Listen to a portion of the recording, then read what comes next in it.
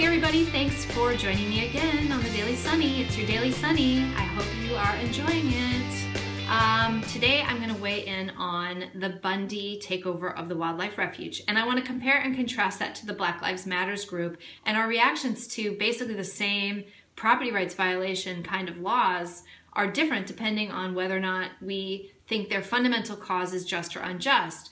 So in the case of the Black Lives Matters people, it's hard because their poster child is like a thug and a crook who robbed a store, rushed a cop, got shot. Yeah, I'm just kind of like, I am having a hard time. Plus, there's something missing from Black Lives Matters, and it's just something missing from that movement that, oh yeah, white people. I have a hard time having sympathy for a group that would like to end police brutality, but only for black people. Thanks. Yeah, that's really nice. I appreciate that. Racists.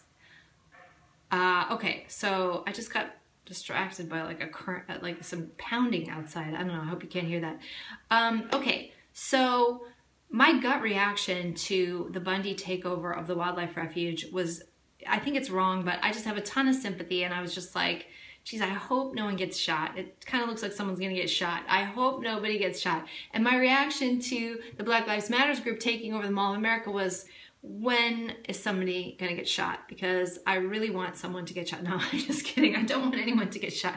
I think that the Mall of America needs to work on some kind of like giant net. They can like herd these protesters into an area and drop like a big giant net on them, or like a dome, and then they can announce, you know, welcome to Thunderdome, and just like let them fight it out or something. There's got to be a way to peacefully resolve this easily without too much trouble.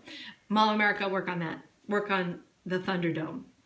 Okay, so the other thing about both of these movements is both of them have demands that are ridiculous. Ridiculous, unreasonable, not achievable. And the difference, though, between the Bundys have dug in their heels, and they're not going to get their demand, they're going to get shot instead of getting their demand. Whereas the Black Lives Matters people, they showed up, they harassed, they made their demands, and then they left. And they'll be back. They'll just be back another day. So I'm thinking one of these is a little more clever than the other one. So let's stop being the idiots.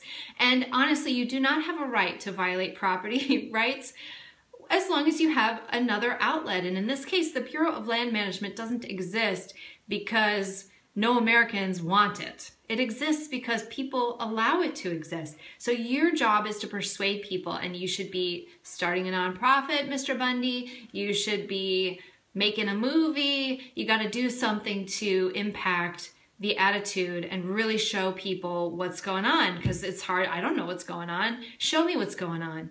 And the other thing is that this persuasion game, the left is so good at it. They're so much better than us. They're playing chess in the persuasion game, and like we're playing like peekaboo.